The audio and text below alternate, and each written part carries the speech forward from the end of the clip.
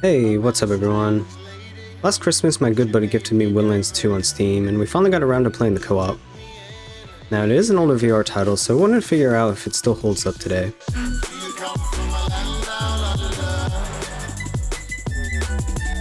So basically it's kind of like a Metrovania, but with grappling hooks and a bow. You swing through fairly large levels, either traveling to bosses or doing stuff like searching for collectibles to progress. Sometimes having to backtrack through the same levels to get to the next now unlocked area. I feel like some may see this as padding as they have to replay the same area versus just moving on to new ones, but I think it's okay, because the physics of moving around is probably my favorite aspect of the game anyway. I'm always a huge proponent for games with high movement and locomotion, so I'm glad the devs don't pussy out with overly safe anti-sickness measures. Which brings me to another thing. I've played a couple grappling hook games with high locomotion. We've got Jet Island, Jupiter Guard, Resist. Now, when I'm talking about just the grappling hook physics, I feel that Jet Island has the best feeling of all that I've tried. And when I was starting Windlands, I found myself feeling like it should just act the way that Jet Island does, and I had a hard time learning the controls because of it. Later though, my friend let me in on that you can press a certain button to slack the cord, versus it always trying to pull to the target.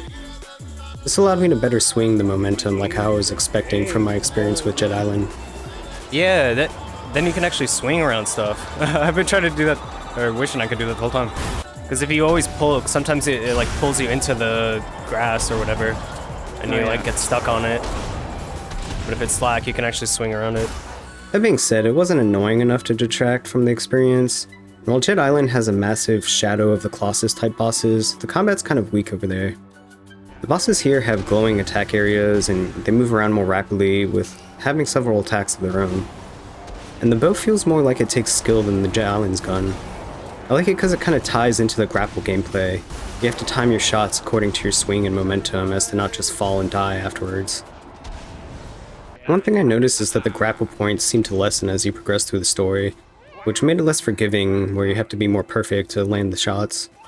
Which can kind of make it feel more on rails, versus having the freedom of figuring out the fastest path through multiple avenues like you do in the start of the game, which is a completely big departure from the entire level and everything in it being grappable like in Jet Island.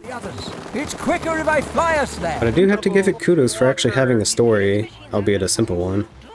You actually have NPCs and reasons for doing things that relate to the world versus just randomly killing bosses for no reason like in Jet Island. What's the deal? Chicken jockey. Holy shit. It's Ganondorf. It's Ganon. Wiggles nose At around. Yeah, we have Ganon at home. Zelda.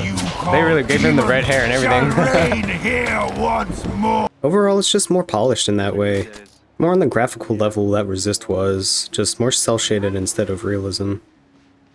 And as you've been seeing, it's also got co-op, so you can play with your friends, which I loved in Jet Island too. It really adds to the whole experience to run through it with other people. Yeah, trying not to. Fortunately, it doesn't look like. So yeah, that's about it. I think it absolutely still holds up today, even though it feels like an earlier VR title. I'd put it up there with Jet Island for being more of a single-player focused take on it versus the sandboxy approach that Jet Island has. This game is so And I think I enjoyed it a little bit more than Resist because I could play it online with friends. Anyway, maybe wishlist it and catch it on sale. It's old enough now that it frequently goes on sale. He's doing like this T-pose.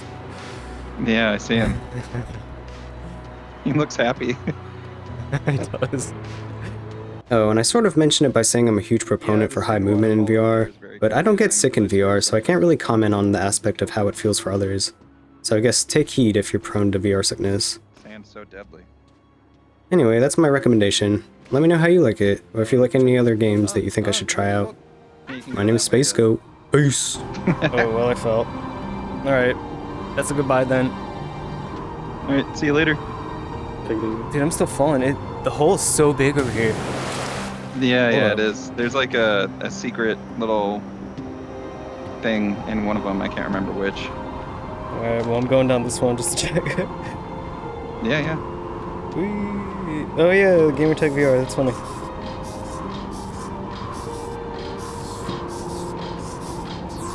Whee!